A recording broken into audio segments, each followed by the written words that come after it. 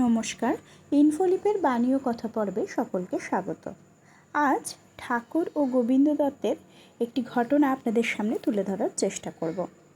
গোবিন্দ দত্তের নিবাস ছিল কলকাতার পটলডাঙ্গা অঞ্চলে। ঠাকুরের কামারহাটির রামকৃষ্ণ মন্দিরে তথা গোবিন্দ দত্তের কামারহাটির গৃহে আগমনের সংবাদ পাওয়া যায়।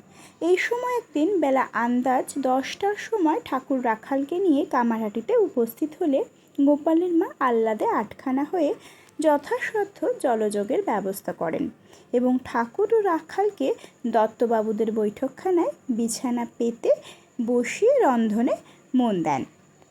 তারপর ভিক্ষা শিক্ষা করে যেটা পেয়েছিলেন তাই তাদেরকে খেতে দিয়ে মেয়ে মহলের দোতলার দক্ষিণ দিকের ঘরে নিজের লেপখানির ওপর ধোপদস্ত চাদর পেতে ঠাকুরকে বিশ্রাম করতে দিলেন। রাখালও পাশে শয়ন করলেন।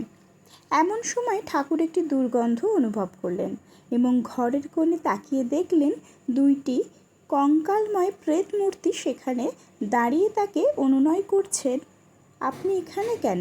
আপনি এখান থেকে যান, আপনার দর্শনে আমাদের বড় কষ্ট হচ্ছে। ঠাকুর তৎক্ষণাৎ গৃহ ত্যাগ করে চলে গেলেন।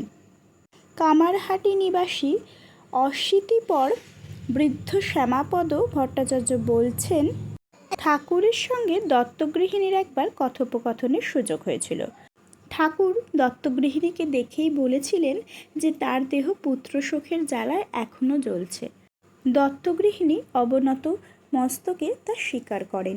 তিনি ঠাকুরকে প্রশ্ন করেন, ঠাকুর, এই জ্বালা থেকে নিবৃত্তির উপায় কি? প্রেমময় ঠাকুর তাকে উত্তর দিয়েছিলেন, রাধা গোবিন্দের সেবায় প্রাণ ঢেলে দাও, সাত্ত্বিক সাধনা করো। এই উপদেশে কি মাধুরী ছিল কে জানে। দত্তগৃহিণী ঠাকুরের কথা অনুসরণ করেই সাধনা ও তপস্যার জীবন বেছে নিয়েছিলেন। এরপর থেকে তিনি কঠোর ব্রহ্মচর্যা অনুষ্ঠান পালন করতে লাগলেন। রাধাকৃষ্ণের মন্দির পরিষ্কার থেকে শুরু করে ঠাকুরের বাসন মাজার দায়িত্বও স্বয়ং পালন করতেন। একসময় তিনি গেরুয়া বর্ষণ পরিধান শুরু করেন। এইভাবে একনিষ্ঠ দেবসেবায় তার পুত্রশোক নিবৃত্ত হলো। কোনোদিনও তিনি পটলডাঙ্গার আবাসে ফিরে আসেননি। অন্তিম মুহূর্তে তিনি কন্যাদের জানালেন যে তার মরদেহ যেন মন্দিরের নিকটবর্তী গঙ্গা তীরেই সমাহিত করা হয়। তার জামাতা ও কন্যারা সেই অন্তিম বাসনা পূরণ করেছিলেন। ঠাকুরের এই সুন্দর ঘটনার মাধ্যমে আজ দিনটি সমাপ্ত করলাম। সকলে ভালো থাকবেন, সুস্থ থাকবেন, আনন্দে থাকবেন। ঠাকুর, মা, স্বামীজি, গুরুদেবের চরণে প্রণাম জানাই। সকলকে শুভরাত্রি। ধন্যবাদ।